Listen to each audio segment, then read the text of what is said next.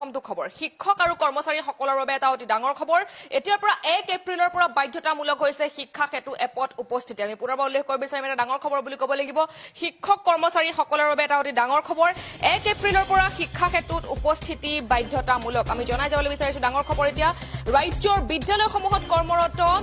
আৰপিঅ অনুসৰি দৰমহা লাভ কৰা সকলো শিক্ষক আৰু অনাশৈক্ষিক কৰ্মচাৰীয়ে অহা 1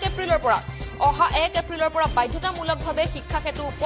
এপত উপস্থিতি প্ৰদান কৰিব লাগিব বিদ্যালয় শিক্ষা বিভাগৰ সচিব নাৰায়ণ কোঁৱৰে এটা নিৰ্দেশনা জাৰি কৰিছে আৰু সেই নিৰ্দেশনাৰ জৰিয়তে এটা বিশেষ নিৰ্দেশনা জাৰি কৰা হৈছে তদুপৰি প্ৰধানমন্ত্ৰী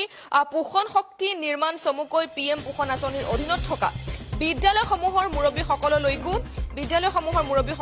বিদ্যালয় শিক্ষা বিভাগে বিশেষ নিৰ্দেশনা দিছে সেই অনুসৰি পিএম পোষণৰ উদ্দেশ্যে শিক্ষাৰ্থীসকলৰ উপস্থিতি অহা 1 এপ্ৰিলৰ পৰা বাধ্যতামূলকভাৱে শিক্ষা ক্ষেত্ৰত গ্ৰহণ কৰিব লাগিব ৰাজ্যৰ বিদ্যালয়সমূহৰ পৰিদৰ্শক জিলা প্ৰাথমিক বিষয়া জিলা মিছন সমন্বয়ক পিএম পোষণৰ সহকাৰী জিলা নোডেল বিষয়াসকলক এই ক্ষেত্ৰত ব্যৱস্থা গ্ৰহণ কৰিবলৈ নিৰ্দেশ দিয়া হৈছে উল্লেখযোগ্য যে ইতিমধ্যে বিদ্যালয়সমূহৰ শিক্ষাৰ্থীৰ উপস্থিতি শিক্ষা ক্ষেত্ৰ এপত বাধ্যতামূলক কৰা হৈছে আমি আপোনালোকক জনাই যাবলৈ চেষ্টা কৰিছো যেহেতু এটা ডাঙৰ খবৰ 1 এপ্ৰিলৰ পৰা শিক্ষা ক্ষেত্ৰত উপস্থিতি বাধ্যতামূলক হৈছে বিদ্যালয় শিক্ষা বিভাগৰ সচিব নাৰায়ণ কোঁৱৰে আজি এটা নিৰ্দেশনাৰ জৰিয়তে এই বিশেষ নিৰ্দেশনা জাৰি কৰিছে এতিয়া শিক্ষক কৰ্মচাৰীয়ে বাধ্যতামূলকভাৱে শিক্ষা ক্ষেত্ৰ এপত দিব লাগিব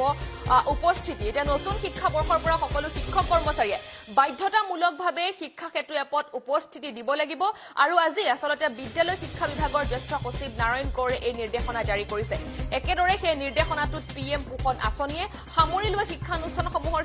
শিক্ষাৰ্থীসকলৰ উপস্থিতিও শিক্ষা ক্ষেত্ৰ এপত লবলৈ কোৱা হৈছে শিক্ষক কৰ্মচাৰীসকলেতো শিক্ষা ক্ষেত্ৰ এপত উপস্থিতি দিবই লাগিব তাৰ সমান্তৰালকৈ কিন্তু শিক্ষাৰ্থীসকলৰ উপস্থিতিও শিক্ষা ক্ষেত্ৰ এপত লবলৈ কোৱা হৈছে যে শিক্ষক কৰ্মচাৰীসকলে বাধ্যতামূলকভাৱে শিক্ষা ক্ষেত্ৰ এপত দিব লাগিব উপস্থিতি আমি সমান্তৰালকৈ জনাই যাবলৈ চেষ্টা কৰিছো এটা ডাঙৰ খবৰ বুলি ক'ব লাগিব বিদ্যালয় শিক্ষা বিভাগৰ সচিব নাৰায়ণ কোঁৱৰৰ এটা নিৰ্দেশনা আৰু সেই বিশেষ নিৰ্দেশনা জাৰি কৰা হৈছে তদুপৰি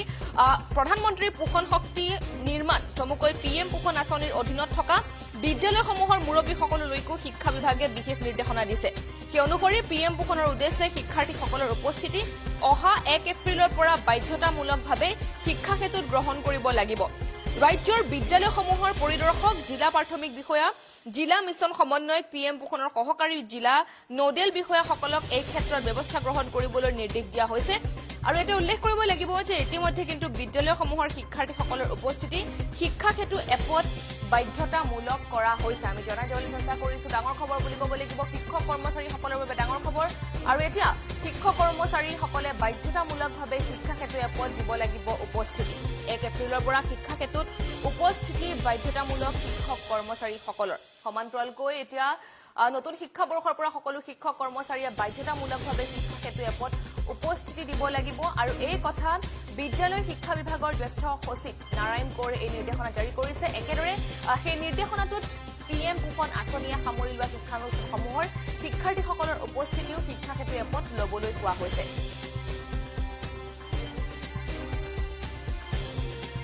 আমি পুনৰবাৰ জনাবলৈ বিচাৰিম শিক্ষক আৰু কৰ্মচাৰীসকলৰ বাবে ডাঙৰ খবৰ বুলি ক'ব লাগিব কিয়নো এতিয়া বিদ্যালয় শিক্ষা বিভাগৰ সচিব নাৰায়ণ কোঁৱৰৰ এটা নিৰ্দেশনা আৰু সেই নিৰ্দেশনাটো জাৰি কৰা হৈছে এটা ডাঙৰ খবৰ 1 এপ্ৰিলৰ পৰা শিক্ষা ক্ষেত্ৰত উপস্থিতি বাধ্যতামূলক কৰা হৈছে তদুপৰি প্ৰধানমন্ত্ৰী পোষণ শক্তি নিৰ্মাণ চমুকৈ পিএম পোষণ আঁচনিৰ অধীনত থকা বিদ্যালয়সমূহৰ মুৰব্বীসকললৈকো বিদ্যালয় শিক্ষা বিভাগে বিশেষ নিৰ্দেশনা দিছে সেই অনুসৰি পিএম পোষণৰ উদ্দেশ্যে শিক্ষাৰ্থীসকলৰ উপস্থিতি অহা 1 এপ্ৰিলৰ পৰা বাধ্যতামূলকভাৱে শিক্ষা ক্ষেত্ৰত গ্ৰহণ কৰিব লাগিব